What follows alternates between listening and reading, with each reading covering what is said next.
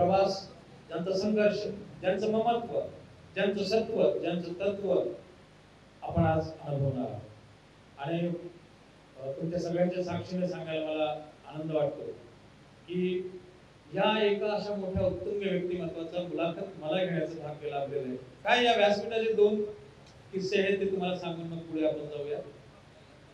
एक, याच व्यासपीठावर मी 2009 साली मंगेश पाडगावकरांची मुलाखत घेतली होती आणि याच व्यासपीठावर आपल्या माई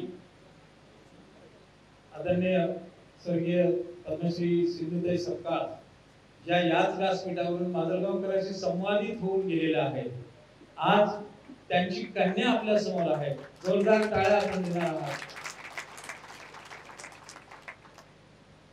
नूतन अध्यक्ष प्रणवजी बजाज आणि नूतन सचिव दिगंबरजी महाजन ही जोडी जर आपण बघितली तर एक अमिताभ आहे, एक शास्त्रीय आहे।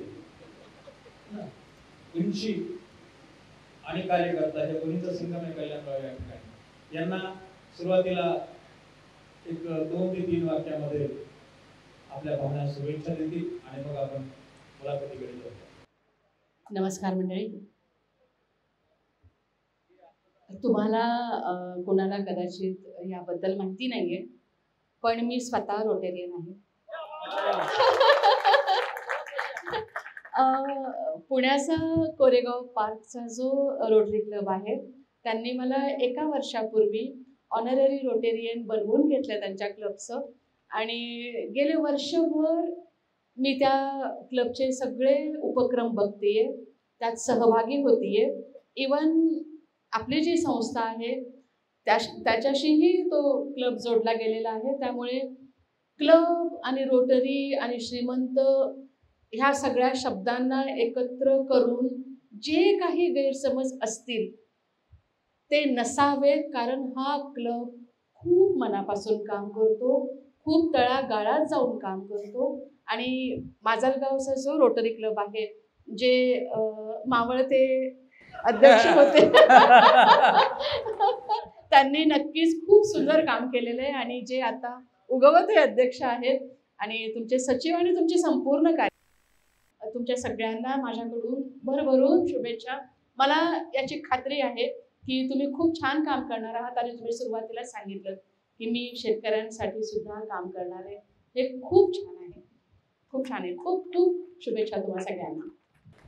ताईंनी सगळ्या रोटरियन्सला शुभेच्छा दिलेल्या। फक्त सुरुवातीच्या 2 ओळी याच्यामध्ये बघून मी वाचणार आहे, नंतरचा संवाद हा सगळा मुक्त संवाद असेल माझ्यासाठीचा।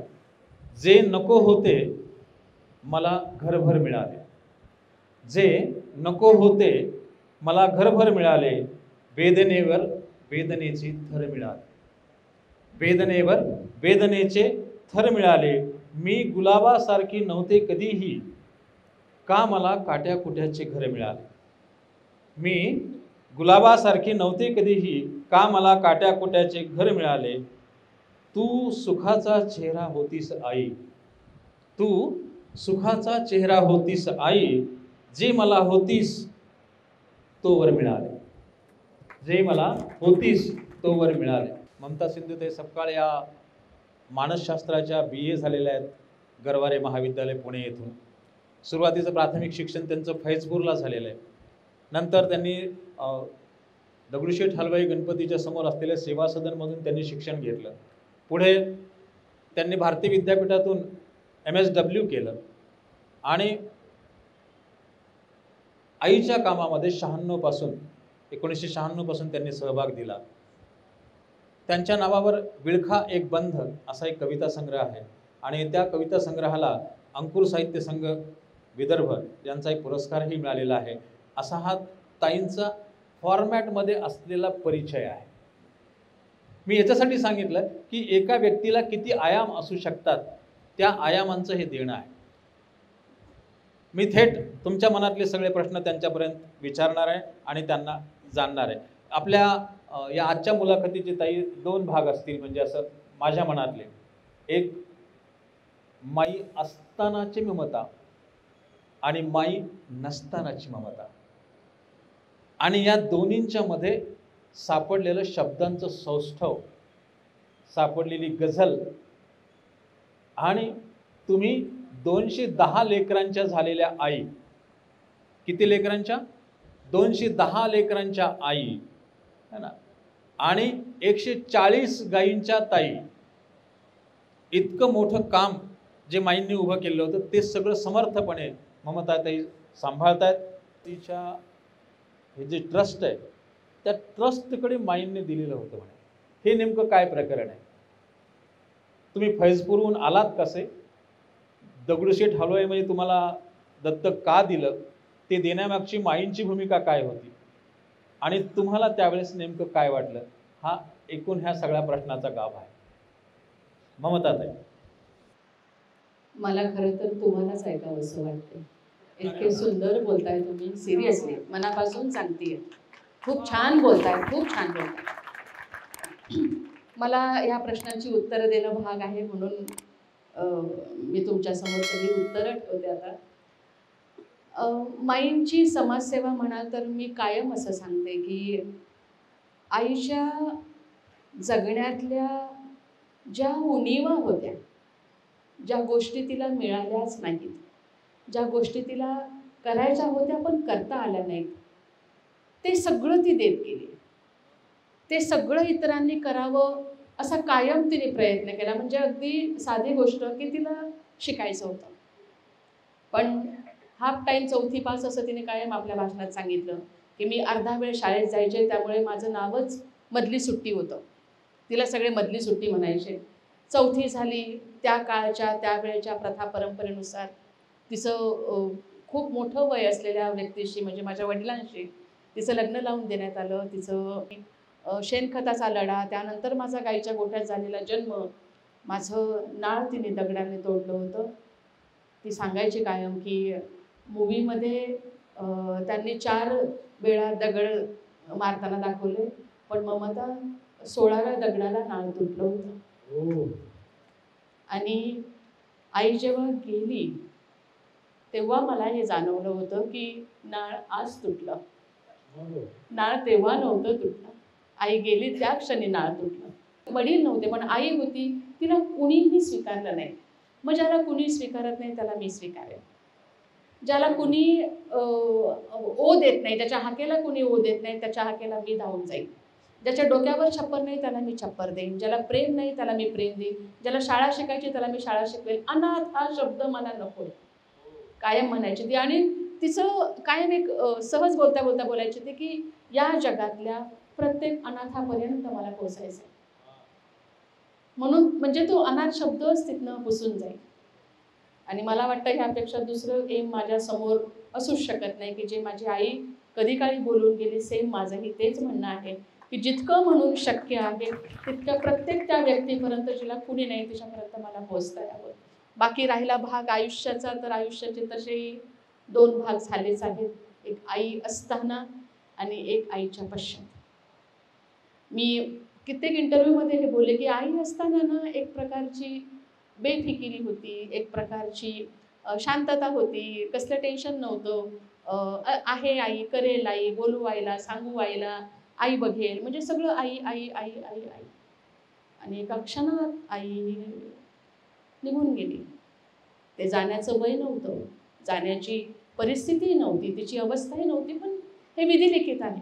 तिचं अवतार कार्य कदाचित परमेश्वराला वाटलं असेल की इतकंच अवतार कार्य असावं, आणि ती गेली. त्यानंतर जाणवलं की आपल्या डोक्यावर जे छप्पर होतं ते छप्पर किती वजनदार होतं. आपल्या समोरचा जो पहाड उभा होता, जो सगळे घाव स्वतःवर घ्यायचा, ज्याने प्रत्येक ऊन वारा वादळापासून आपल्याला वाचवलं, तो पहाडच आता समोर गेला. डायरेक्ट आपण समोर आलोय आता. हे जे तोंड देणं आहे, हे जे समोर जाणं आहे. अनर्थात आई कायम मला म्हणायची की ममता तू माझ्या दुधावर गेलीस, तू रक्तावर नाही, तू दुधावर गेलीस ममता म्हणायची. मग त्या दुधावर जागायला नको का? त्यामुळे खचले, रडले, तुटले, पण परत उभे झाले. कारण आईनी जे एम ठेवले, आणि मी एकटी कधीच नाही आहे, माझा पूर्ण परिवार, माझा विनय इथे आहे, माझा दादा सासवडमध्ये आहे, माझा अरुणभाऊ चिखलदऱ्यात काम बघतोय, माझा मनीष वर्ध्याचं काम बघतोय. हां, आणि तुम्ही जो 210चा आकडा सांगितला तो माई असतानाचा आकडा होता, आता तो आकडा 325 आहे. 325. आणि जो 140 गायी, त्या गायी भाकड गायी आहेत. त्या आता दूध देत नाहीत, त्यांना सोडून दिले. माझ्या जन्माच्या वेळेस मनातल्या मनात माझ्या आईने जे काही वचन दिलं असेल त्या गाईला, ते तिने आयुष्यभर पाळलं आणि ते आता माझ्यासाठी वचन आहे. आज 260 गायी आहेत ज्यांना आम्ही सांभाळतो. हा, म्हणजे आई आणि गायींचा जो संदर्भ आहे तो तुमच्या सगळ्यांच्या माहितीसाठी सांगतो की ममता ताईचा जन्म गायीच्या गोठ्यात झालेला आहे, है ना. त्या गायीने असं सिंधुताईंना झाकून घेतलं आणि ममता ताईंचा जन्म झाला. ही सगळी माहिती होती यांना, पण काय योग असतो बघा. ज्योती चांदेकर गेल्या आत्ताच, त्यांनी सिंधुताईची भूमिका केलेली आणि त्यामध्ये जे यांना फक्त माहीत होतं ना ते यांनी पडद्यावर पाहिलं. मला वाटतं तो प्रसंग पण तुम्ही सांगा. नक्की नक्की नक्की. मी म्हणजे मला खूप मागे जावं लागेल. एक अजून संदर्भ त्याच्याशी जोडते मी. मी तेव्हा 7वी 8वीला असेल आणि सेवा सदनला होते आणि आई मला कधीतरी घेऊन जायची बाहेर. वर्षातनं 6 महिन्यातनं कधीतरी एकदा भेटायला यायची. त्यामुळे ती मला घेऊन गेली होती आणि त्या काळात ती आत्मचरित्र लिहित होती आणि तिने लिहिलेली काही पानं, मला वाटतं बऱ्याच जणांनी इथे मी वनवासी जर वाचलं असेल तर त्यात जी तिने लिहिलेली पानं होती त्यात सतीचा जो भाग आहे तो त्या पानांवर लिहिलेला होता. आणि सेम मला माझ्या आईची सवय आहे की कुठलंही पान दिसलं की ते पहिले समोर घ्यायचं, त्याच्यावर काय लिहिलंय ते बघायचं. आणि माझ्याही उशीखाली मला ती पानं दिसली आणि मी वाचायला सुरुवात केली. मला रडू फुटलं की हे काय. आणि नंतर बघताना जाणवलं की अरे ह्यातली सती म्हणजे माझी आई आहे, तिचं बाळ म्हणजे मी आहे. हे आमच्या बाबतीत घडलंय, म्हणजे माझं आहे हे माझ्या आईचं आहे. आणि आई पटकन समोरून आली. मी रडत होते. आई म्हटले की आईने माझ्या हातातले पहिले कागद सगळे काढून घेतले, शांतपणे काढले. तिने ते हिसकावूनही घेऊ शकली असती ती, किंवा तुला काय गरज आहे हे सगळं वाचायची, तो ममता बाजूला. तिने ज्या शांततेने ते कागदपत्र माझ्या हातातनं काढून घेतले, लिहिलेले जे ताव होते, आणि मला एवढंच म्हणाली की हे घडून गेलंय ममता, जे घडून गेले त्यावर रडत बसायचं नाही. त्यानंतर मला कुठलाही प्रसंग माझ्या समोर आला, माझ्या भूतकाळातला किंवा नंतर घडणारा, मला ते शांतपणे डील करता आलं. कारण तिने एकदाच सांगितलं की जे घडून गेले त्याच्यावर रडायचं नाही. आणि मी आत्मचरित्र वाचल्यानंतर 88 साली ते प्रकाशित झालं. नंतर आईवर मूवी आला, नंतर डॉक्युमेंटरी आली. पण जेव्हा मूवी आला तेव्हा आम्ही सगळेजण वेगवेगळे बसलो होतो. म्हणजे प्रीमियर होता आणि आई एका बाजूला, मी एका बाजूला, सगळे आम्ही वेगवेगळे बसलो होतो. पिक्चर संपला, सगळे रडत होते पिक्चर संपल्यानंतर. आणि मी बाहेर आले तर आनंदजी बाहेर उभे होते. मी धावत त्यांच्याकडे गेले, त्यांचे हात पकडले आणि त्यांना एवढंच सांगितलं की आनंदजी, जो माँ का सफर आपने बताया है, मैं हर पल उसके साथ थी. वो जब रेलवे ट्रैक पे थी, जब भी मैं उसने मुझे सीने से लगाया था. वो जब शमशान में थी, जब भी मैं उसके साथ थी. मैं ये सिर्फ इमेजिन करती थी, आपने मुझे वो दिखाया और इसके लिए मैं आपकी जिंदगी भर आभारी रहूंगी. त्यांनी मला एकदम जवळ घेतलं. ते जे आहे की जे आम्ही जगलो ते आम्हाला पडद्यावर बघायला मिळालं. आणि अर्थात त्यानंतर माई घराघरात पोहोचल्या. माईंचे कष्ट आधीही होते, माई आधीही काम करत होत्या. उलट त्या काळात तर कुणाचा सपोर्टही नव्हता. तिची खूप त्रासातून तिने ह्या सगळ्या संस्था उभ्या केल्या. पण नंतर तो मूवी आला, नंतर तो झीवर आला, नंतर तो घराघरातनं बघितला गेला, आई घराघरात पोहोचली आणि बाकी तर सगळ्यांना माहितच आहे पुढे. किती संस्था आहेत मला जरा सांग. माईंनी जे काम सुरू केलं ते सुरुवातीला चिखलदऱ्यामध्ये, म्हणजे अमरावती जिल्हा, तिथे आई आदिवासींसोबत काम करत होती. 87-88चा काळ होता तो. नंतर तिथे आपण मुलींसाठी वसतिगृह सुरू केलं. 92-93ची गोष्ट आहे. त्याच काळात आईने जो पहिला मुलगा सांभाळला, म्हणजे आमचा दीपक दादा, सगळ्यात मोठा, त्याला वारसा हक्काने पुणे जिल्ह्यामध्ये जागा मिळाली. त्याने ती इच्छा व्यक्त केली की आई, आपण आता पुणे जिल्ह्यात काम सुरू करूया. आम्ही 93-94ला पुणे जिल्ह्यामध्ये आलो. तिथे ममता बाल सदन सुरू झालं. त्याच्या आधी सावित्रीबाई फुले मुलींचं वसतिगृह चिखलदऱ्यामध्ये काम करत होतंच.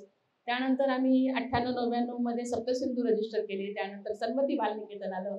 त्यानंतर आमचं गोपिका गाय रक्षण आलं. 17 मध्ये आमची मदर ग्लोबल रजिस्टर झाली. त्यानंतर शिरूरला काम सुरू झालं. म्हणजे सासवड, मांजरी, शिरूर, चिखलदरा, वर्धा सगळ्या ठिकाणी माईंचं काम तेव्हाही सुरू होतं, माईंचं काम आजही सुरू आहे. वा वा, जोरदार टाळ्या झाल्या. माईचं काम त्यावेळेसही होतं, आत्ताही चालू आहे. 5 संस्था आहेत, त्या सगळ्या सांभाळायच्या. पण एक मला नेहमी असं जाणवतं, एका ठिकाणी वाचलंय मी ते असं, की आई आपल्या संस्थांमधून, त्यांना आवडत नव्हता तो शब्द, पण तो शब्द असा आहे की अनाथांना सांभाळायच्या. पण कधीतरी त्यांच्या मनात त्यांच्यावरची माया कुठे कमी होऊ नये, आपलं लेकरू आपल्याला जास्त जवळ वाटू नये, म्हणून ममताताईंना त्यांनी श्रीमंत दगडूशेठ हलवाईच्या ट्रस्टला दत्तक दिलेलं होतं. तुम्ही हे सगळं सांभाळा. ह्या तिथे शिकल्या, त्यांच्या मार्फत शिकल्या. मला एक नेहमी जाणवतं की तुम्ही एका मुलाखतीत पण म्हणलेलं, तर तुमच्या परिचय पत्रात सुद्धा एक वाक्य आहे की सिंधुताई असं म्हणायचं की भाषण नाही तर रॅशन नाही, भाषण नाही तर रॅशन नाही. आणि मी ज्यावेळेस तुम्हाला विचारलं की तुम्ही किती वेळ बोलणार, तर त्या म्हणलं, तुम्ही म्हणालात की मला बोलण्यापेक्षा मुलाखत घेतलेली बरी राहील. मग आता माईंचं स्लोगन होतं की भाषण नाही तर रॅशन नाही. मग तुम्ही हे रॅशन कसं उभं करता, है ना? भाषण तर करत नाहीत, मग रॅशन कसं उभं करता? त्याच्या आधीची एक अवस्था आहे. आई जेव्हा ती सांगायची की मी जेव्हा ट्रेनमध्ये भीक मागत होते, तेव्हा माझ्या गाण्याने मला खाणं दिलं. गाणं आणि खाणं हे तिचं आधीचं स्लोगन होतं. त्यानंतर भाषण नाही तर राशन नाही हे तिचं बोलणं होतं. मला म्हणायचं हे होतं तुमच्याशी जेव्हा मी बोलले होते तेव्हा, की मी जर एकटीच बडबडत बसले तर असं होऊ शकतं की माझ्याकडनं काही मुद्दे सुटतील. पण मला जी संधी मिळाली आहे एकाच वेळी इतक्या लोकांशी बोलण्याची, इतकी मोठी माणसं ह्या ठिकाणी बसलेली आहेत, इतकी चांगली माणसं बसली, तर माझ्याकडनं कुठला मुद्दा सुटू नये. तसे तर मी तासभर बोलेन, पण त्यातनं काही महत्त्वाचं सुटू नये म्हणून मला तुमची मदत हवी होती. आणि म्हणून मी म्हणाले की माझी मुलाखत घ्या, म्हणजे कुठलाही मुद्दा सुटणार नाही, मला सगळं सगळं सगळं सांगता येईल. पण तुम्हाला त्या मुलाखतीत विचारलं सुद्धा होतं माझा कट्ट्यावर की मग गझल का नाही, है ना? सगळ्या गझल आल्या, गझलेचा कार्यक्रम केला असता तरही सगळं झालं असतं, रॅशनची व्यवस्था असंही झालं असतं. पण तुम्ही त्यावेळेस उत्तर दिलं होतं असं की नाही, अजून तसे मी स्वतंत्र गझलेचे कार्यक्रम करत नाही. पण मला काय म्हणायचं बरं का ताई, सोबतीला घ्या तुम्ही गझल, सोबतीला घ्या तुम्ही गझल, सारे काही मिळत जाईल मजल दर मजल, सारं काही मिळत जाईल मजल दर मजल. सगळ्या तुमच्यासोबत ती गझल राहावी. गझल तर ही लोक ऐकणारच आहेत. पण मला तुम्हाला विचारायचं आहे की तुम्ही कविता लिहिताय हे माईंना कधी कळलं? याचं कारण काय, म्हणजे तुम्हाला सगळ्यांना पार्श्वभूमी माहीत असावी म्हणून. सिंधुताई सपकाळ आपल्या भाषणांमध्ये अख्खा सुरेश भटच्या गझला पेश करायच्या, अनेकांनी अनुभवलं असेल. मला वाटतं त्यांचं ते गझल असणं हे यांच्या गझल असण्याशी संबंधित असलं पाहिजे. आणि म्हणून तुमची पहिली कविता तुम्ही माईंना कधी सांगितली? तुम्ही कवयित्री होताय हे कधी वाटलं माईंना? खरं सांगायचं तर 2010 पर्यंत मलाच माहिती नव्हतं की मी गझलकार आहे म्हणून. खरं सांगते, मी कधी काही लिहिलं नव्हतं, कधी काही प्रयत्न केला नव्हता. पण तुमच्या आयुष्यामध्ये असे टर्निंग पॉईंट्स येतात. अचानक काहीतरी नवीन गवसतं, अचानक कुठली तरी तुमचीच एखादी बाजू तुमच्या समोर येते. म्हणजे तेव्हा ऑर्कुटचा काळ होता. तुमच्यापैकी बरेच जण त्यामुळे जर ऑर्कुटवर असतील तर आम्ही एकमेकांना ऑर्कुटे म्हणायचो. त्या ऑर्कुटवर काही कम्युनिटीज असायच्या. त्या कम्युनिटीमध्ये माझा गुरु ज्याने मला गझल शिकवली तो सुधीर मुळीक, तिथे त्याची आणि माझी ओळख झाली. आणि मला असं वाटतं की माझ्यामध्ये जे काही चांगलं असेल, ज्याची काही निर्मिती माझ्याकडनं होईल, त्याचं क्रेडिट माझ्या आईला आहे. कारण येस, त्याचं क्रेडिट माझ्या आईला आहे, कारण माझी आईच मुळात चालती बोलती गझल होती. म्हणजे गझलेची जर व्याख्या केली, साधी गोष्ट आहे की गझलेची व्याख्या एकतर टोकाचा विरोधाभास किंवा कमालीचं साधर्म्य, ही गझलेची व्याख्या. ज्या बडनेरा स्टेशनवर आईने कधी काळी भीक मागितली होती, त्या अमरावती विद्यापीठाच्या ते सिनेटवर होते. क्या बात, जोरदार फार मोठा विरोधाभास आहे. एक किस्सा मला आठवला म्हणून सांगतो की मी ते भाषण ऐकलं होतं वर्ध्याच्या साहित्य संमेलनामध्ये नितीनजी गडकरी यांचं. त्यांनी महात्मा गांधी, विनोबा भावे आणि तिसरं नाव घेतलं होतं सिंधुताई सपकाळ यांच्या पुण्यभूमीत. आणि म्हणून तिथं सिनेट काय. तर सांगायचा मुद्दा हा होता की इतका विरोधाभास, ज्या बडनेरा स्टेशनवर भीक मागितली त्या अमरावती विद्यापीठाच्या, बडनेरा आणि अमरावती ही जुळी शहर आहेत, त्या अमरावती विद्यापीठाच्या ती सिनेटवर होती. आणि साधर्म्य आहे की तिला कायम स्वतःच्या व्यथेची, दुःखाची, तिने सोसल्याची प्रतिबिंब कायम दिसत राहिली. ती स्वतःसारखं कुणी आहे का हे कायम शोधत राहिली. म्हणून मला असं वाटतं की माझी आईच चालती बोलती गझल होती. आणि ती लिहायची, तिने खरं लिहायला हवं होतं अजून. म्हणजे एक उदाहरणादाखल सांगते की निखाऱ्यावरी दुर्दैवाच्या पडली चिमणी पिलं, निखाऱ्यावरी दुर्दैवाच्या पडली चिमणी पिलं, कवटाळूनी हृदयासी त्यांना मी आईचं प्रेम दिलं, कवटाळूनी हृदयासी त्यांना मी आईचं प्रेम दिलं, सदा भुकेचा कहर माजला, अन्न मिळाले कधी, 4 घास मागाया आले तुमच्या दारामध्ये. हे माझ्या आईने लिहिलेलं आहे. मग असं वाटतं की हे जे यमक आहे, ही जी गेयता आहे, हे जे काफिये म्हणण्यापेक्षा हे जे साधर्म्य आहे प्रत्येक 2 ओळीतल्या शेवटच्या शब्दाचं, हेच कुठंतरी गझलेमधनं माझ्यातनं आलंय. त्यामुळे जर मी काही 4 ओळी चांगल्या खरडल्या असतील, जर काही चांगल्या 4 रचना माझ्याकडनं उमटल्या असतील, त्याचं क्रेडिट माझ्या आईला आहे, बाकी कोणाला. नक्कीच नक्कीच नक्की नक्की. बघा तुम्हाला आवडतीये का की दिली वारशाने महंती मला, दिली वारशाने महंती मला, व्यथांची मिळाली पसंती मला, दिली वारशाने महंती मला, व्यथांची मिळाली पसंती मला, जिथे पाठ फिरवून आले पुढे तिथे रोज नेते भ्रमंती मला, जिथे पाठ फिरवून आले पुढे तिथे रोज नेते भ्रमंती मला, जरा थांबना सावलीला सखे, जरा थांबना सावलीला सखे, उन्हानेच केली विनंती मला, जरा थांबना सावलीला सखे, उन्हानेच केली विनंती मला, आणि अभेरू कधी लागली जर धरा, मिळो आसरा आस म्हणती मला, मिळो आसरा असं म्हणते. क्या बात. इतक्या सुंदर गझल, तंत्र मंत्र आणि या सगळ्या आशयाच्या दृष्टीनं ताई लिहितात. मला एक विचारायचं तुम्हाला की तुम्हाला असं नेहमी कुठंतरी इंटरव्ह्यूमध्ये तुम्ही बोललेलं आहे की तुम्हाला काय व्हायचं आहे, तर मला माझ्या आईची आई व्हायचं आहे ना. ममता दीदी म्हणतायत की मला माझ्या आईची आई व्हायचंय. हे नेमकं प्रकरण काय आहे आईची आई? खरं तर ती गोष्ट ना आमच्या मायलेकींमधली होती. ती आईने इतक्या, तिला ते इतकं भावलं असेल किंवा माहित नाही काय तिची त्यावेळेची फिलिंग होती, पण तिने प्रत्येक भाषणात सांगितलं सगळं. एका पत्रकाराने येस येस येस एका पत्रकाराने विचारलं होतं की ममता तुला काय व्हायचंय पुढे. म्हटलं मला माझ्या आईची आई व्हायचंय. इतकं पटकन निघून गेलं होतं ते. कारण आईला, आई म्हणजे मानसशास्त्राची मी विद्यार्थिनी आहेच आहे, पण ती कितीही मोठी व्यक्ती असली, कितीही अनाथांची माय असली, तरी तिच्या आयुष्याचा ग्राफ जेव्हा मी बघायचे किंवा तो जेव्हा माझ्या समोर घेऊन मी बसायचे ना, एक कमालीचं पोरकेपण मला जाणवायचं की एक असं काहीतरी आहे जे तिला मिळालं नाहीये, जे आईच देऊ शकते. मग मला असं वाटायचं तिच्या पोटी मी जन्म घेतलाय ना, आतड्याचं कातड आहे मी, मग ते तिची ती व्यथा माझ्यापर्यंत पोचती आहे. मग मी कदाचित तिची आई बनून तिच्या आयुष्यातली ती कमी पूर्ण करू शकेन. आणि मला म्हणजे काय हा योगायोग माहीत नाही, पण तिच्या शेवटच्या काही महिन्यांमध्ये ती खरंच माझं लेकरू होती.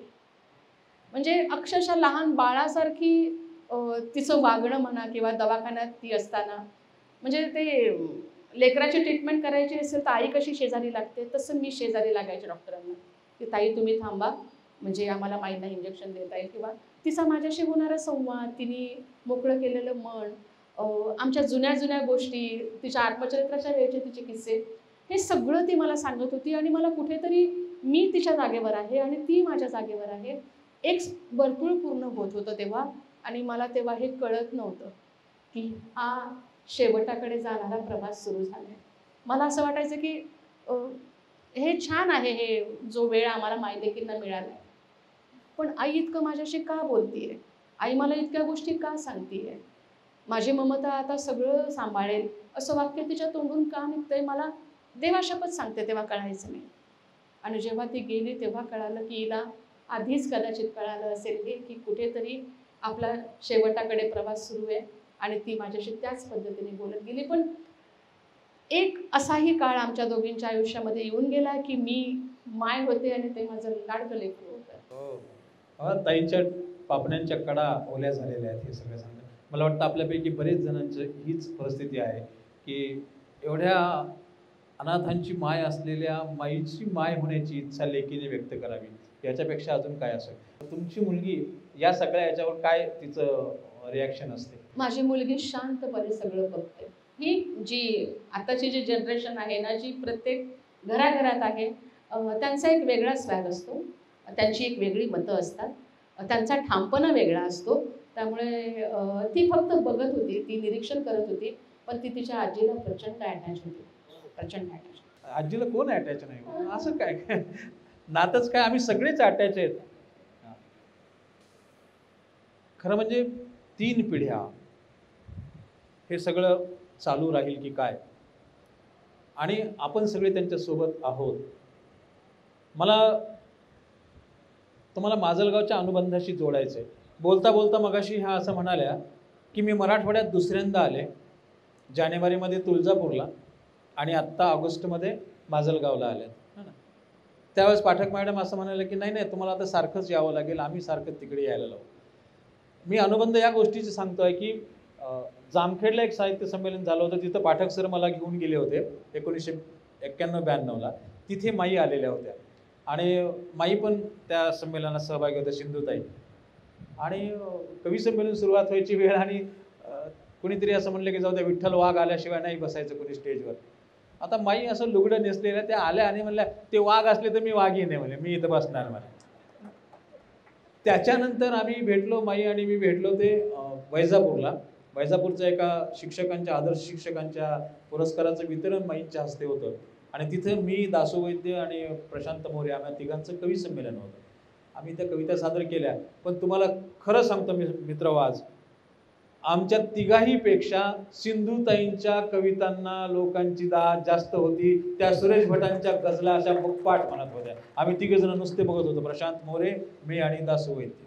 आम्ही तिघजण बघत होतो. असं याचं कारण असं होतं की माईंना सुरेश भट अख्खा पाठ होता, सगळी गझल त्यांच्यामध्ये उतरलेली होती.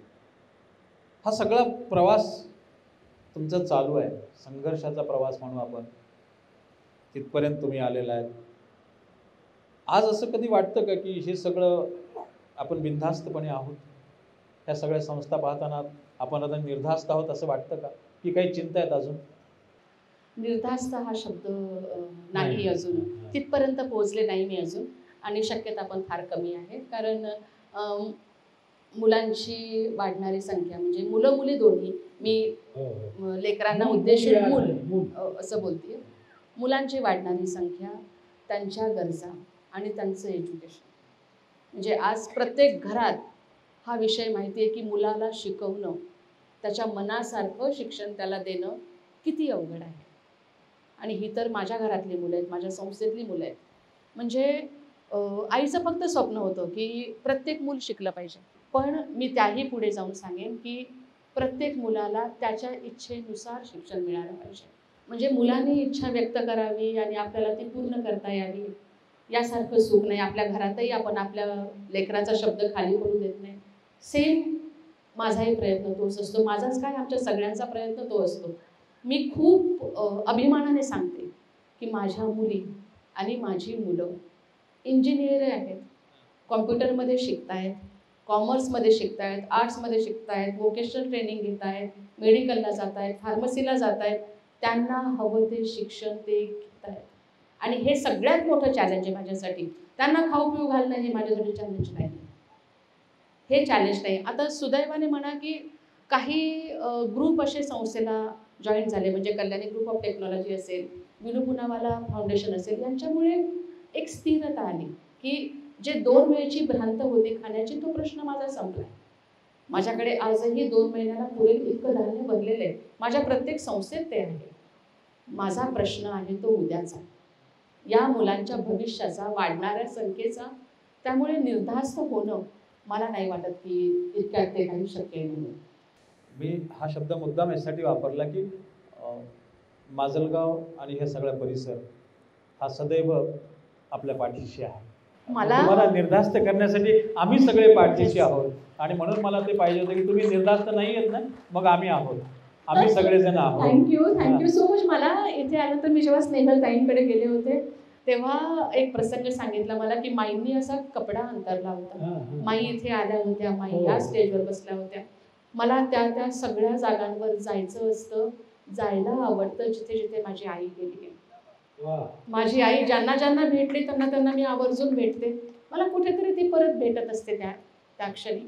आणि मुद्दा हा की एक कपडा इथे अंथरला होता आणि त्यावर लोकांनी भरभरून मदत दिली होती. त्यावेळेला तिची सगळी झोळी भरली होती. मी तुम्हाला विनंती करेन की त्या भरलेल्या झोळीतनं तिने जे काम उभं केलंय ना ते बघायला या. ते बघायला या. मग अख्खा महाराष्ट्र म्हणा, देश म्हणा, परदेश म्हणा, जिथे म्हणून शक्य आहे तिथे माझी आई पोहोचली.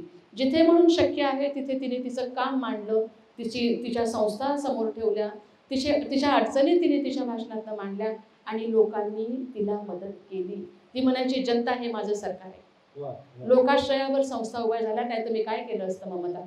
स्पष्ट बोलायची ती मला तेव्हा की ही लोक माझ्या पाठीशी उभी झाली म्हणून मी काम करू शकलो. त्यामुळे जेव्हा आई गेल्यानंतर पहिले 6 महिने सगळं ओको बोको पडलं होतं ना, आम्हाला खूप त्रास झाला. कारण त्यात लोकांची चूक नाही. लोकांना कसं कळणार आहे की काम चालू आहे. पण आम्हाला ते इतकं जाणवलं, ती पहिली दिवाळी इतकी जाणवली की आपल्याकडे तशी नेहमीसारखी लोक आलेली नाहीये. आपणच आपले आहोत फक्त. मग कळालं की आता आपण लोकांपर्यंत पोचायला पाहिजे. मग कळालं की काम चालू आहे, हा विश्वास आपण लोकांना दिला पाहिजे. त्यांनी इथे यायला हवं, त्यांनी काम बघायला हवं. त्यामुळे 2 गोष्टी होतील, त्या दोन्ही माझ्या फायद्याच्या किंवा आमच्या फायद्याच्या आहेत. एक तर त्यांना हे काम आवडलं तर ते शाबासकी देतील आणि जर त्यांना एखादी उणीव जाणवत असेल तर ती उणीव मला पूर्ण करता येईल. दोन्हीकडून फायदा माझाच आहे. त्यामुळे माझी तुमच्या सगळ्यांना विनंती की जेव्हा जसं शक्य होईल सगळ्यांनी मांजरीला या, सगळ्यांनी शिरूरला जा, तुम्ही सासवडला जा, तुम्ही चिखलदऱ्याला जा, जिथे म्हणून शक्य आहे, वर्ध्याला जा. माईंच्या संस्था बघा, त्यांना भेट द्या आणि जे शक्य होईल तिथे गेल्यानंतर जे तुम्हाला वाटेल, जे तुम्हाला आवडेल ते करा. वा, मला वाटतं आपण सगळ्यांनी एकदा माझ्या पाठोपाठ सांगा की आपण सगळेजण जाणार तिकडे नक्की. मोठ्याने हात वर करा आणि मोठ्याने सांगा. वा, छान. मला खात्री आहे की आम्ही वेळोवेळी भेटी देऊ. मी माजलगावच्या अनुबंधाविषयी आपल्याला बोलत होतो. हिरकणी पुरस्कार तुम्हाला धाराशिवला मिळाला, तुळजापूरला प्रदान झाला. त्या कार्यक्रमाच्या अध्यक्षा स्नेहलताई पाठक होत्या. आणि माईंच्या शेवटच्या काही दिवसांमध्ये संदीपनी वऱ्हाड तिथे करावं असं माईंची इच्छा होती. तो काय किस्सा आहे की संदीप तिथे आला आणि नेमकं काय झालं हे जरा माजलगावचा विषय आहे आणि माजलगावचं वैभव संदीप आहे. आहेच आहे, अगदी आहेच. मी खूप आदराने त्यांना संदीप दादा म्हणते. जेव्हाही आमचं बोलणं होतं फोनवर, आईला वऱ्हाड निघाले लंडनला हे फार आवडायचं. म्हणजे लक्ष्मणराव देशपांडे ते स्वतः येऊन गेले होते 98-99ची गोष्ट आणि नंतर ते गेले अचानक. तो प्रयोग जेव्हा संदीप दादा करायला लागले तेव्हा आपल्या मुलांना हा प्रयोग आपण दाखवायला हवा असं ती माझ्याजवळ बोलून गेली. आणि 14 नोव्हेंबरला जेव्हा आईचा वाढदिवस असतो तेव्हा काही ना काही तिला जे आवडतं, जी तिची इच्छा आहे ते मी करायचे. आणि मग मी संदीप दादांशी बोलले, म्हटलं दादा असं असं आहे, माईंचा वाढदिवस आहे आणि मुलांसाठी प्रयोग ठेवायचा आहे. संदीप दादांनी होकार दिला. संदीप दादा आले आणि ते जे काही 2.25 तास आणि 2.5 तास मुलं खळखळून हसत होती, ते सगळे व्हिडिओज, ते सगळे फोटोग्राफ्स, महेश त्यांना साक्षी आहे, ते सगळे माझ्याकडे आहेत.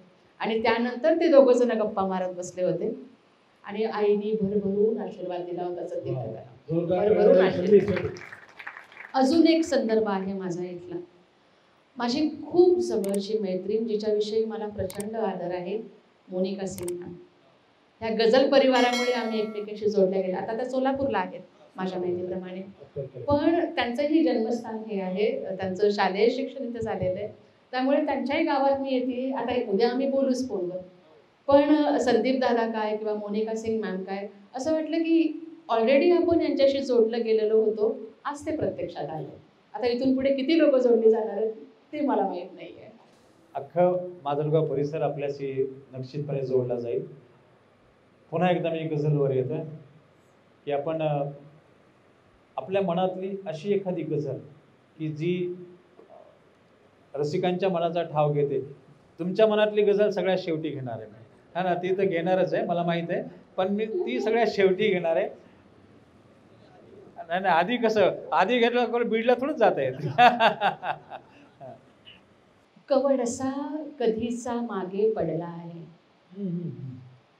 कवडसा कधीचा मागे पडला आहे, मी अंधाराचा हात पकडला आहे, मी अंधाराचा हात पकडला आहे, काठावर येऊन परतून गेल्या लाटा, काठावर येऊन परतून गेल्या लाटा, हा प्रसंग आता इथेच घडला आहे, हा प्रसंग आता इथेच घडला आहे, मी काय लिहावे माझ्या आवेगावर, मी काय लिहावे माझ्या आवेगावर, पांगल्या सरी पाऊस उघडला आहे, पांगल्या सरी पाऊस उघडला आहे, का उगाच माझ्यावरती राग तुझा, का उगाच माझ्यावरती राग तुझा हा, की जीव तुझा माझ्यावर जडला आहे, की जीव तुझा माझ्यावर जडला आहे, मी स्पर्श जोडते रोज तुझ्या स्पर्शाला,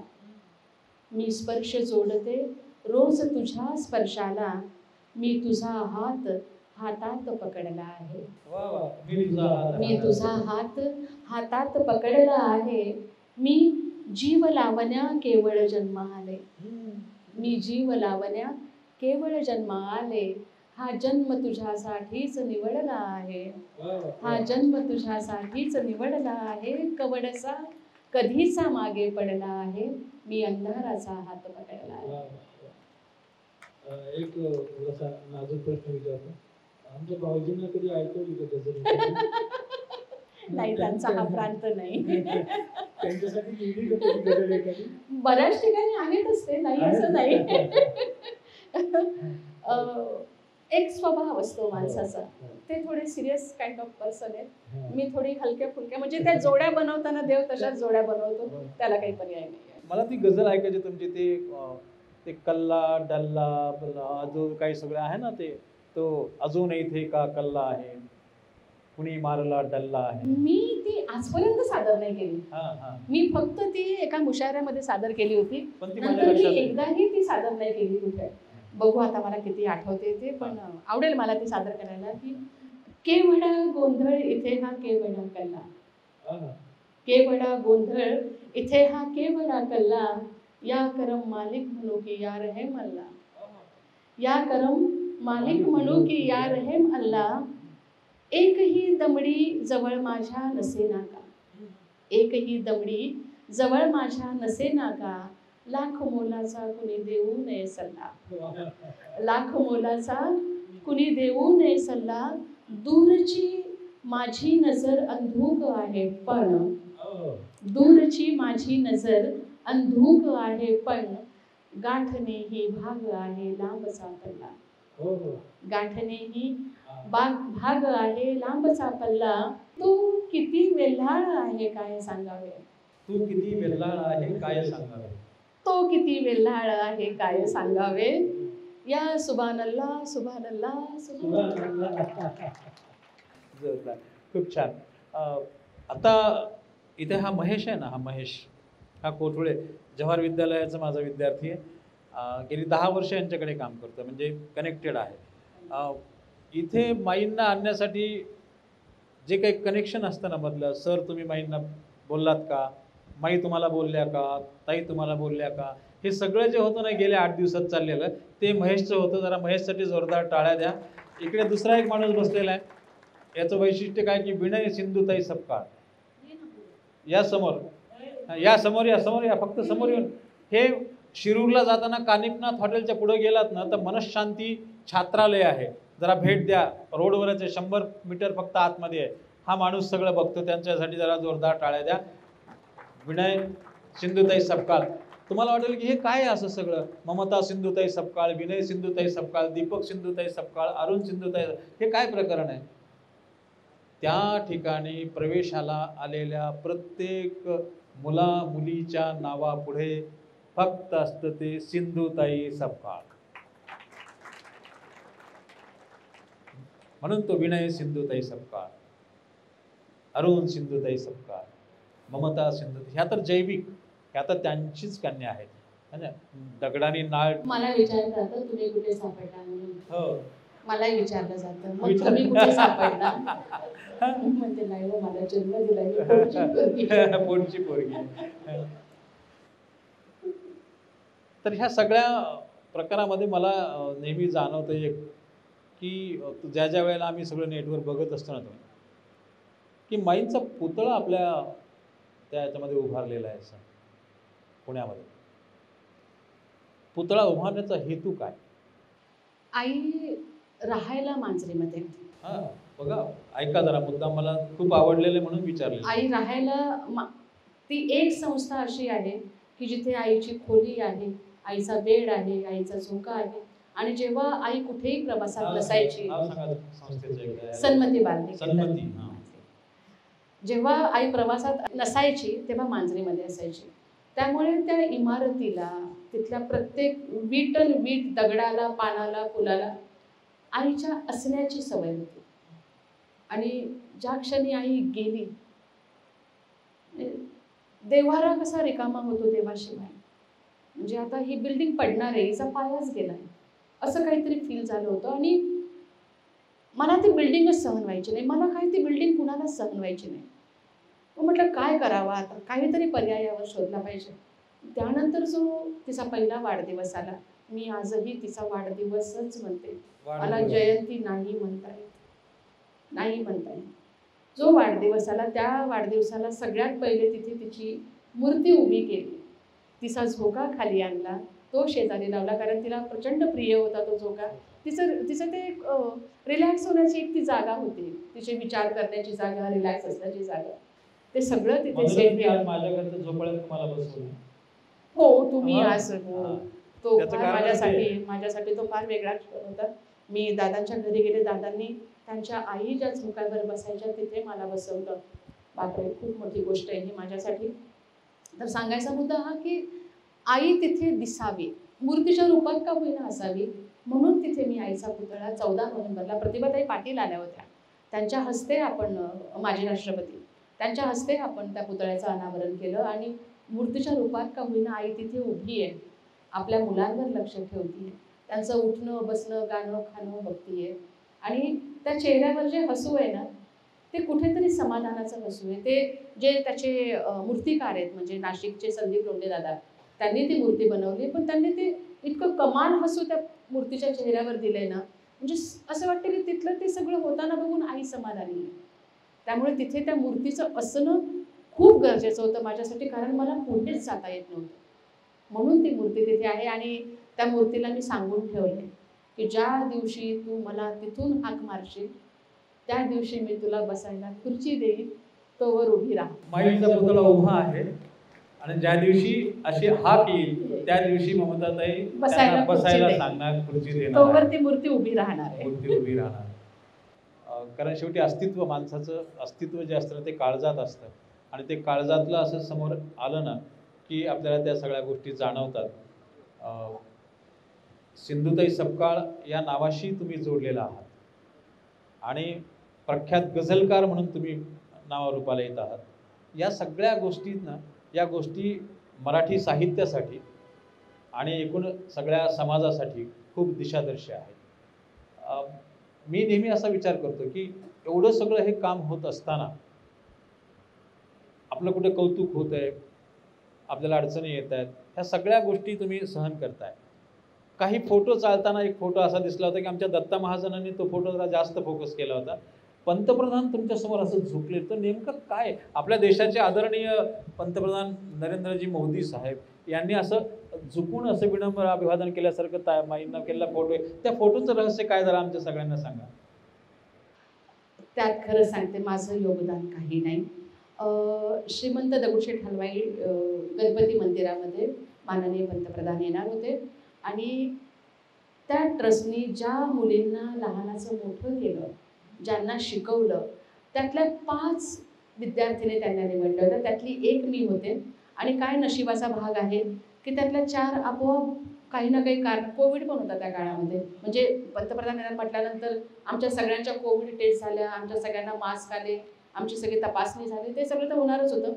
पण मी एकटीच उरले. काय म्हणावं या योगाला माहीत नाही. आणि मी मंदिराच्या बाहेर उभी होते.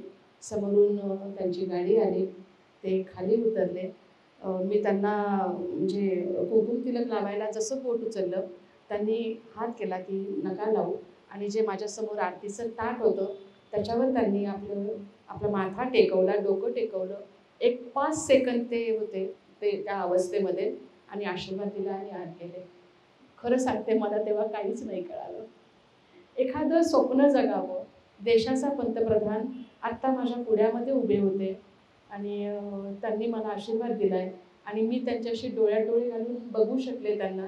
त्यांनी माझ्याकडे बघून स्माईल दिले आणि ते आता माझ्या इथून गेले. माझ्यासाठी तो खूप मोठा क्षण होता जो दगडूशेठ हलवाई ट्रस्टनी मला दिला, तो मान दिला, तो सन्मान दिला.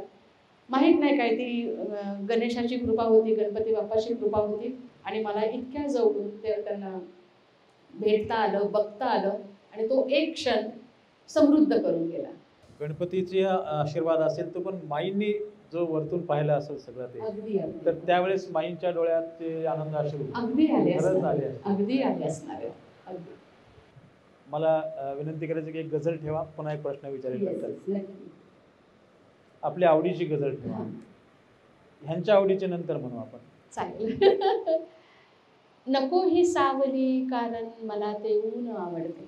नको ही सावली कारण ऐका गौरीताई, मला ते ऊन आवडते. कसेही का असे ना पण मनापासून आवडते. स्वतः लिहून घेईल की नाही? कसेही का असे ना पण मनापासून आवडते. हवे ते एवढ्यासाठीच देणे टाळते कारण हवे ते मागतानाची तुझी भुणभुण आवडते. हवे ते एवढ्यासाठीच देणे टाळते कारण हवे ते मागतानाची तुझी भुणभुण आवडते. मला हव्यासही नाही अशा दुर्मिळ गोष्टींचा. मला हव्यासही नाही अशा दुर्मिळ गोष्टींचा. जरी ते चांदणे असले तरी लांबून आवडते. वा, वा, वा. जरी ते चांदणे असले तरी लांबून आवडते. आणि एक हलका फुलका शेर बघा की रसाचा बेत मी कायम तुझ्यासाठीच केल्यावर. रसाचा आमरसाचा म्हणजे रसाचा बेत मी कायम तुझ्यासाठीच केल्यावर तुलाही फोड आंब्याची कुठे कापून आवडते. तुलाही फोड आंब्याची कुठे कापून आवडते. नको ही सावली कारण मला ते ऊन आवडते. कसेही का असे ना पण मनापासून आवडते. ताई मला पटकन असं विचारायचं की आता तुम्ही आमरसाचा विषय ते आत्ता तुम्ही एक कुकीज काहीतरी मला दिल्या, त्याचं जरा सांगा सगळ्यांना. नक्की नक्की नक्की. फार चांगला विषय काढला तुम्ही. हे असं होतं म्हणून मला मुलाखत हवी होती. मी खूप विषय माझ्याकडनं काढले गेले असते. काय आहे की माईंनी ज्या संस्था उभ्या केल्या, ऐका जरा नीट, व्यवस्थित ऐका. माईंनी जे काम केलं ते जसं मगाशी आपण म्हटलो की भाषण नाही तर राशन नाही. माईंच्या भाषणातनं संस्था उभ्या झाल्या. माईंच्या भाषणातनं लोक जोडली गेली. माईंच्या भाषणातनं मदत येत राहिली. आणि एक वेळ अशी आली की माईंची भाषणं बंद झाली. कारण माईच नाही तर भाषणं येणार कुठं. मग हे किती काळ आपण लोकांपुढे जाणार आहोत, आपण किती काळ लोकांपुढे मागणार आहोत किंवा हात पसरणार आहोत. मग आपण स्वतः सक्षम होण्याचा विचार का करू नये. या विचारातून आपण एक फाउंडेशन स्थापन केलं, डॉक्टर सिंधुताई सपकाळ फाउंडेशन. आणि त्याच्या अंतर्गत आपण माई बेकर्स हा प्रोजेक्ट सुरू केला. गेलं 1 वर्ष झालं त्या प्रोजेक्टला. आपल्या सासवडच्या ममता बालसदनमधल्या मुलींनी प्रॉपर बेकरीचं ट्रेनिंग घेतलं. माझ्या बहिणी म्हणजे दीपकदादांच्या मिसेस तो सगळा प्रोजेक्ट सांभाळतात आणि त्याच्या अंतर्गत आम्ही कुकीज, ब्रेड, पाव, क्रीम रोल, केक जे जे बेकरीमध्ये बनतं ते सगळं आम्ही तिथे तयार करतो. आणि आमचा प्रयत्न हा आहे की आम्ही लोकांनी तर आमची मदत करायला हवी आहे, कारण प्रश्न खूप मोठा आहे, पण आम्ही आमची पण मदत करायला हवी आहे. म्हणजे सेल्फ सस्टेनेबिलिटी पहिल्यांदा बोलता आलं मला व्यवस्थित. हां, सक्षमीकरण हा शब्द. त्या कुकीज त्या गाईचा संदर्भाने आहेत त्या काय? येस, आईला म्हणजे खरं तर गोरसपाक हा जो पदार्थ आहे हा वर्ध्याचा, म्हणजे खादी ग्रामोद्योगचं जे वर्ध्याचं आहे त्यांचा तो गोरसपाक असायचा. आणि गोरसपाक म्हणजे गाईच्या दुधापासून किंवा गाईच्या तुपापासून तो पदार्थ बनवला जायचा. आता गाय म्हणजे आमच्या आईचा एक पॉईंट.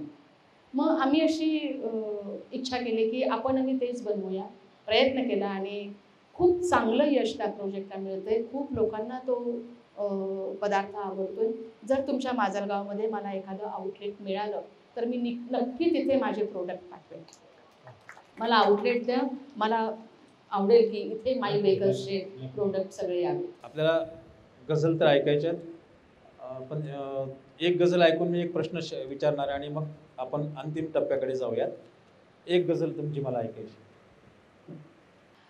माझ्या गझलेमध्ये बरेचदा ऊन येतं. का येतं मला माहीत नाही, पण सावली देतं सावली देतं म्हणून ऊन येतं. उन्हावर विशेष प्रेम असावं कदाचित त्यामुळे असेल. पण बघा तुम्हाला आवडते का की सावल्यांनी एवढे थबकून बघण्यासारखे, सावल्यांनी एवढे थबकून बघण्यासारखे, हे बघा हेच माझे ऊन बघण्यासारखे, हे बघा आहेच माझे ऊन बघण्यासारखे, बंद खिडकीचीच तू केलीस ना पारायणे, बंद खिडकीचीच तू केलीस ना पारायणे, एक होते दारही ढकलून बघण्यासारखे.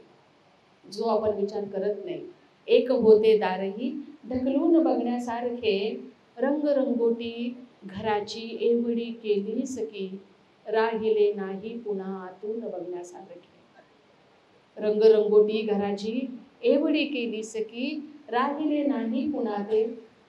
नाही पुन्हा आतून बघण्यासारखे, तू नको पाहूस ते जमणारही नाही तुला, एक होते स्वप्न सांभाळून बघण्यासारखे, एक होते स्वप्न सांभाळून बघण्यासारखे. आणि यातला माझा आवडता शेर बघा की, आजही बघ बोललो नाहीच ना आपण पुन्हा, आजही बघ बोललो नाहीच ना आपण पुन्हा, आजही होते विषय बोलून बघण्यासारखे, आजही होते विषय बोलून बघण्यासारखे. आणि भोवती आता तसेही शेकडो आहेत, पण चेहरे उरले कुठे निरखून बघण्यासारखे, चेहरे उरले कुठे निरखून बघण्यासारखे, सावल्यांनी एवढे थबकून बघण्यासारखे, हे बघा हेच माझे ऊन बघण्यासारखे. खूप छान. आता यांच्या मनातली गझल ऐकायची आणि त्याच्यानंतर एक प्रश्न आहे आणि शेवटची गझल असेल. मला ती गझल कसा- म्हणायला सांगू. कसा धरावा नेम तुझ्यावर, त्याच्यासाठी ते सगळे बसलेले आहेत. तेवढे जरा जोरदार टाळ्या द्या. खरं सांगते, त्याला साहित्य मूल्य काही नाही. त्या 4 ओळींना कुठल्या तंद्रीत लिहिलं गेलं देव जाणे, आणि का लिहिलं गेलं याचा खूप पश्चाताप होतो. Spontaneous flow, Yes. Spontaneous flow आहे. कसा धरावा नेम तुझ्यावर, अजून आहे प्रेम तुझ्यावर, कसा धरावा नेम तुझ्यावर, अजून आहे प्रेम तुझ्यावर, तू ऐवज दुसऱ्याचा वेड्या, कसा करू मी प्रेम तुझ्यावर. अरे काय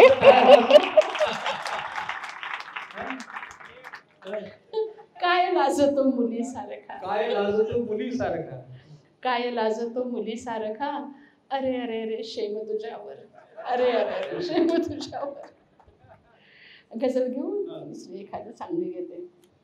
दिली आहेस आयुष्या जरी वणवण घरीदारी, दिली आहेस आयुष्या जरी वणवण घरीदारी, तरीही मी तुझी आहे मनापासून आभारी, तरीही मी तुझी आहे मनापासून आभारी, गुलामी मीच पत्करली पुन्हा माझ्याच सवयीची.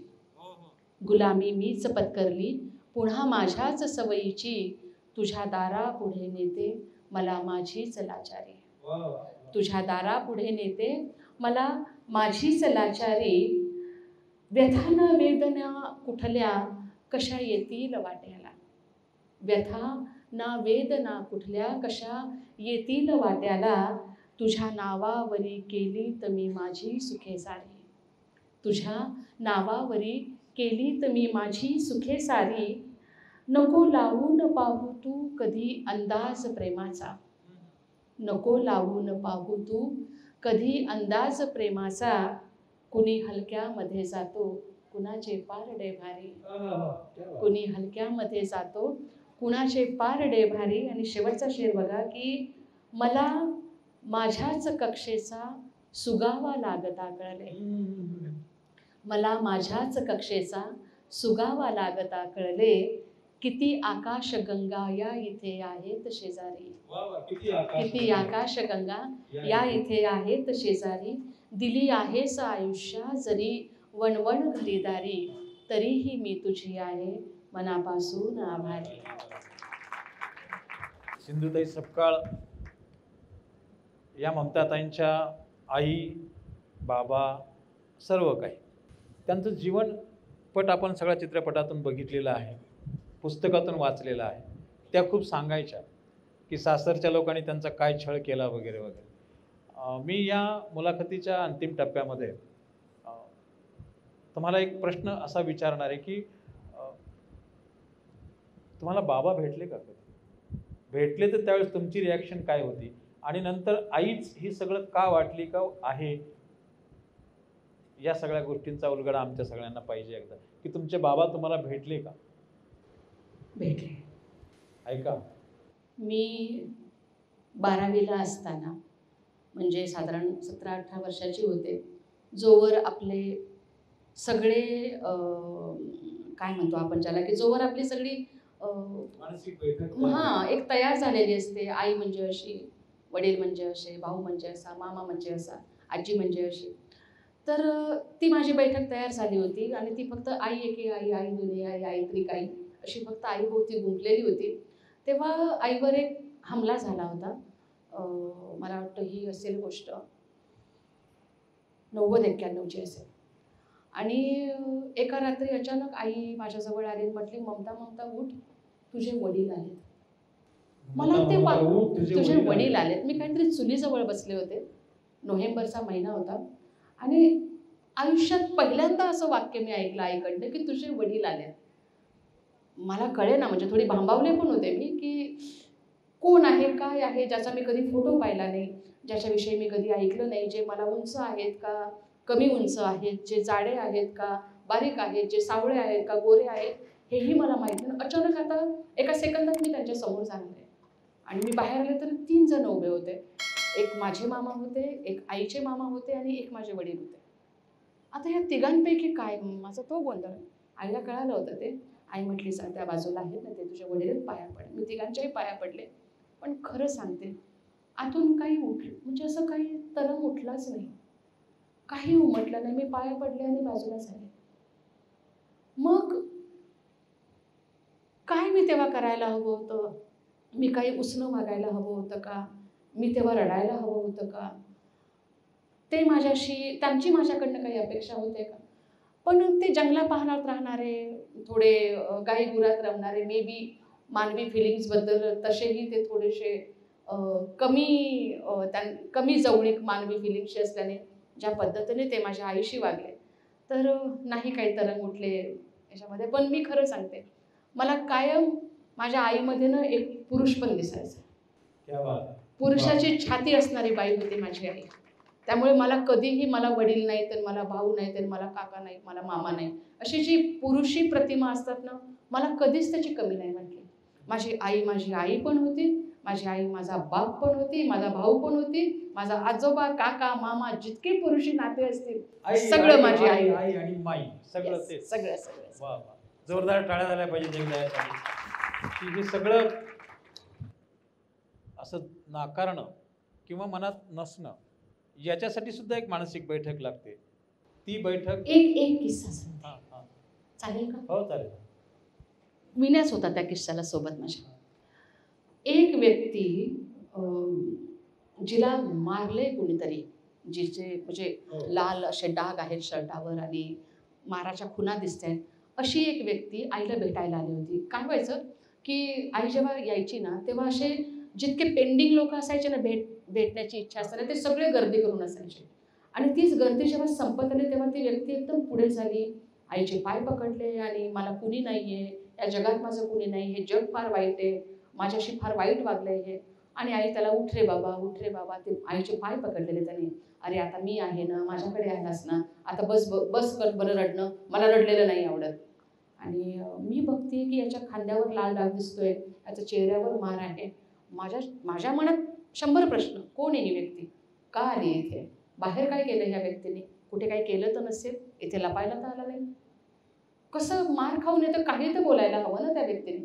जास्त शिकले होते ना, जास्त शिकल्याने ना माणूस अडाणी होतो अक्षरशः. म्हणजे इतके प्रश्न पडतात त्याला.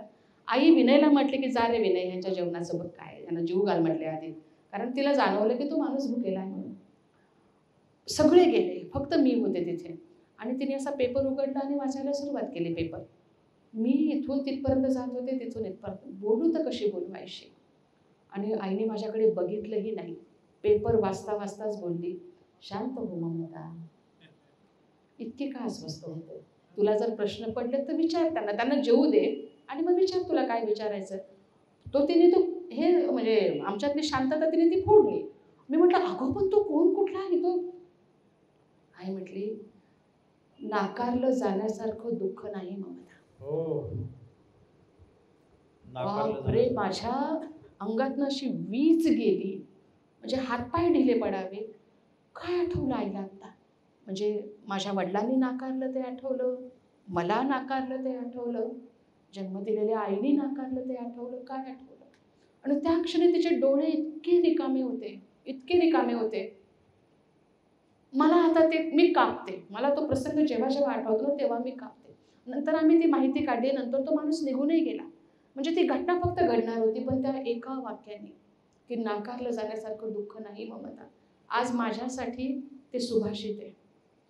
आज माझ्यासाठी ते डोळ्यासमोर आहे माझ्या, की नाकारायचं नाही, काही नाकारायचं नाही. नाकारायचं नाही है ना, की जे आहे. कारण कसं की मला जे मिळालं नाही मी नाही करणार, ही जी आपली सामान्य माणसाची प्रवृत्ती असते ना, की हे मला मिळालं नाही मी नाही करणार, ते मला मिळालं नाही मला नको हे. पण मला जे मिळालं नाही ते इतरांना देण्याचा माई होते है ना, आणि त्याची तुम्ही कन्या आहात है ना, तुम्ही ते वसा घेऊन पुढे निघालेला आहात. हे सगळं संचित माईंचं संचित आपण पुढे नेत आहात. याच्यासाठी माजलगावकरांकडून जोरदार टाळ्या झाल्या पाहिजेत की हे काम असंच जास्तीत जास्त वृद्धिंगत होत राहावं. त्यासाठी आम्ही सगळे तुमच्यासोबत आहोत. कधीही हाक द्या, आम्ही सगळेजण तुमच्यासोबत आहोत. माईंचा पुतळा उभारलेला आहे, माईंचं कामात चालू आहे. विनयसारखे, अरुणदादासारखे हे सगळे मंडळी आहे. या सगळ्या लोकांच्या सोबत तुम्ही काम करताय. मुलांसाठी मुलींसाठी हे सगळं करताय. मगाशी बोलता बोलता असं म्हणालात की 9 मुलींची लग्न लावली, त्या दादानी स्थळ पाहायला सुरुवात केली. तर जरा एका वाक्यात सांगा की ते स्थळ कसं पाहतात त्या मुलींसाठी. आता स्थळ आम्हाला पाहायला येतं. स्थळ आमचा शोध घेतं. खरंच म्हणजे ही खूप वाईट गोष्ट आहे की समाजामध्ये मुलींची संख्या प्रचंड कमी झाली आहे. म्हणजे गेल्या 20-25 वर्षापूर्वी जी भ्रूण हत्या केली गेली, जे गर्भजल परीक्षण केलं गेलं आणि मुलींचे गर्भ असल्याने जे गर्भ पाडले गेले, त्यामुळे आत्ता ती मुलींची संख्या कमी आहे. 30-30 वर्षाची मुलं झाली, 35-35 वर्षाची मुलं झाली, पण नोकरी मिळत नाही, लग्नासाठी मुली मिळत नाही. खूप विदारक चित्र आहे हे. पण राहिला प्रश्न आमच्या संस्थेतल्या मुलींचा, तर आमच्याकडनं प्रॉपर वैदिक पद्धतीनेच लग्न होऊन मुलगी जाते. मुळात संस्थेत येणाऱ्या ज्या मुली असतात ना, आपल्या घरातल्या मुलींवर जे संस्कार होतात, म्हणजे संस्कार कुठले की ती जन्माला आली, मग तिची 6व्या दिवशी काय ते पूजन असतं, मग ते 1.25 महिन्यानी बारसं होतं, मग त्यांचे प्रत्येक महिन्याला वाढदिवस होतात. असं काही त्यांच्या बाबतीत घडलेलं नसतं. मुळात त्यांचे जन्म कुठले आणि कशा अवस्थेत झाले हेच माहिती नसतं. त्यामुळे एक जो लग्न हा संस्कार आहे ना, हा आपण 3 दिवसाचा करतो.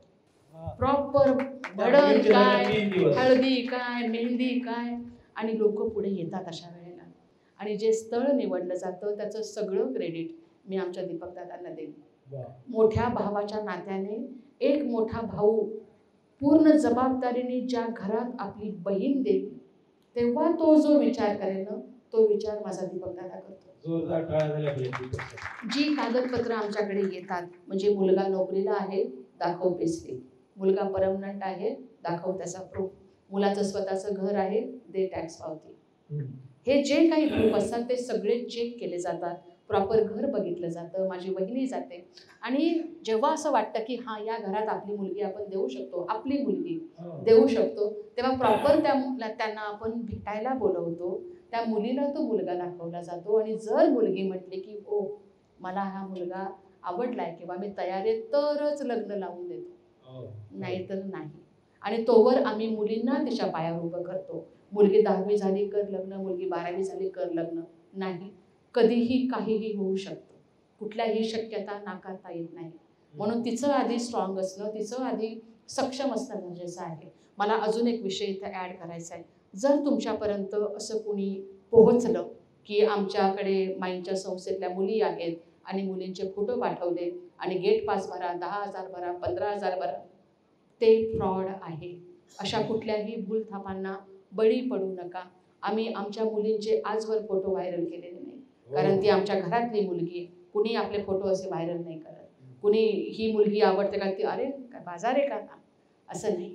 त्यामुळे ते जर कोणी असं असेल ना, तर त्यांना वेळीच आवरा, त्याची कंप्लेंट करा. मी कंप्लेंट केली, मी ABP माझालाही मध्यंतरी मुलाखत दिली की त्यांना पकडा जे कोणी आहेत ते. लोकांच्या असहाय्यतेचा फायदा घेतला जातो. 50-50 हजार दिलेत लोकांनी आम्हाला लग्नासाठी मुलगी द्या म्हणून, आणि नंतर ते मोबाईल नंबरच बंद झाले. पण आपल्याकडे तसं नाही. आता लग्नाच्या मुलीच नाही आहेत मुळात संस्थेमध्ये. 3 वर्ष तरी अजून लग्नासाठी मुली नाही आहेत, कारण मुली शिकत आहेत. त्यांचं इंजिनिअरिंग, त्यांचं फार्मसी, त्यांचं कॉम्प्युटर जे काही आहे ते कंप्लीट करतायत. आणि त्यानंतर मग त्यांची व्यवस्थित प्रॉपर लग्न लावून दिले जातील. जो सोहळा 3 दिवसांचा असतो, मी त्यावेळेला पण तुम्हाला सगळ्यांना इन्व्हाइट करेन. प्लीज सगळ्यांनी तेव्हा आमच्या घरच्या सोहळ्याला या आणि आमचा आनंद वाढवा. म्हणजे माईंच्या कन्या आहेत आणि यांच्या पण कन्या आहेत. मगाशी बोलता बोलता ते असं चालू होतं आमची चर्चा की घरी ह्या शाळेत असताना जर शेजारी कुठे गेल्या तर तुला किती भाऊ आहेत, किती बहिणी, म्हणले की यांनी कांड्यावर मोजायला सुरुवात करायची आणि सांगायचे की मला 50 भाऊ आहेत, 25 बहिणी आहेत, आणि लोक हसायचे. असं खूप काही अजून खूप भांडार आहे. वेळेची मर्यादा आहे आपल्याला. सगळ्यांना जेवणही करायचे, तुम्हाला प्रवास करायचा. मुळात आम्ही तर खूप आहोत इथे, पण तुम्हाला प्रवास करायचा आहे. तुम्ही इथे आलात, ह्या सगळ्या गोष्टी उलगडून सांगितल्यात. आणि तुमच्यासोबत बोलण्यासाठी मी किती पात्र ठरलो हे याच लोकांना आणि तुम्हाला माहीत असेल. तुम्ही मला ज्या पद्धतीने ॲडजस्ट करून घेतलं त्याबद्दल मी व्यक्तिशः तुमचा ऋणी आहे. आणि आईसाठी लिहिलेली जी गझल आहे तुम्ही, ती आईसाठीची गझल जी ABP माझाच्या मुलाखतीचा समारोप ज्या गझलेने ज्ञानदाने तुम्हाला करायला लावला होता. आज अनेक ज्ञानदा इथं बसलेले आहेत. त्या सगळ्यांच्या वतीने सांगतो की तुम्ही त्या गझलेने माजलगावच्या या रोटरी क्लब ऑफ सिटीच्या पदग्रहण सोहळ्याचं जे काही आपलं मनोगत आहे, जी आपली मुलाखत आहे, त्या मुलाखतीचं समापन आपण इथे करावं. तीच गझल आम्ही सगळेजण काळजात घेऊन जाऊ. आणि नेहमी जशा माई आमच्या काळजात आहेत तसं ममता ताई आमच्या काळजात राहतील. आणि ताईसाठी हे सगळे भाऊ आणि या सगळ्या बहिणी निश्चितपणे पुण्याच्या संस्थांना भेटी देतील. चिखलदऱ्याला आल्यावर तिकडे पण येतील, है ना? येणार ना सगळे? हां, आपण ऐकूयात गझल. मी तुम्हा सगळ्यांच्या वतीने, रोटरी क्लबच्या वतीने, नूतन अध्यक्ष, पूर्व अध्यक्ष, AG कल्याणराव, त्यांची सगळी आलेली टीम, इथे आलेले समाजसेवक, आमचे अरुण मामा, बाकीचे सगळे राजकीय, आमचे मुळी सर इथे दिसत आहेत, डॉक्टर जाजू आहेत, प्रशांत भाणाप आहेत, ही सगळी मंडळी, वाडेकर आहेत आमचे निवेदक इकडचे, या सगळ्यांच्या वतीने, इकडच्या महिला मंडळाच्या सगळ्यांच्या वतीने, डॉक्टर आहेत, गृहिणी आहेत, महाविद्यालयीन युवती आहेत, आमच्या विनोदजीच्या अर्धांगिनी सारिकाताई आहेत, कांचन ब्रह्मगावकर आहे आमची ताई, या सगळ्याजणी इथे आहेत. या सगळ्यांच्या वतीने मी आपले खूप खूप ऋण व्यक्त करतो. आपण माजलगावचं निमंत्रण आल्यावर नाही म्हणू नका एवढी विनंती करतो आणि महेशला सांगतो की ताई नाही म्हणणार नाही, त्याची काळजी तू घ्यायची. गझल आणि या मुलाखतीचा समारोप. मलाही आभार मानायचे, मला तुमच्या सगळ्यांचे आभार मानायचे. तुम्ही मला इथे बसवलं, गेले 1 तासभर तुम्ही मला ऐकताय. मला आईविषयी बोलायला आवडतं, मला आईविषयी सांगायला आवडतं. ते तुम्ही गेले तासभर माझं आई आई आई आई जे सुरू आहे ते तुम्ही कान देऊन ऐकताय आणि तुम्ही खूप सुंदर मुलाखत घेतली. एकही मुद्दा तुम्ही सुटू दिला नाही. जो मुद्दा माझ्याकडनं सुटण्याची शक्यता होती तोही तुम्ही माझ्या पुढे आणून ठेवलात. खूप खूप धन्यवाद. तुमच्या सगळ्यांचे खूप खूप आभार. जिथे माझी आई बसली होती त्या ठिकाणी तुम्ही मला बसण्याचा सन्मान दिला. खूप खूप धन्यवाद. आणि ही गझल तुमच्या सगळ्यांसाठी बघा, जी आईच्या पश्चात मी आईसाठी लिहिली होती की काय काय समजावून घेऊ तुम्हीच घ्या समजून मला. काय काय समजावून घेऊ तुम्हीच घ्या समजून मला. एका दिवसासाठी माझी आई द्या आणून मला. एका दिवसासाठी माझी आई द्या आणून मला. तीच ऊन होऊन बिलगते तीच सावली पांघरते. तीच ऊन होऊन बिलगते तीच सावली पांघरते.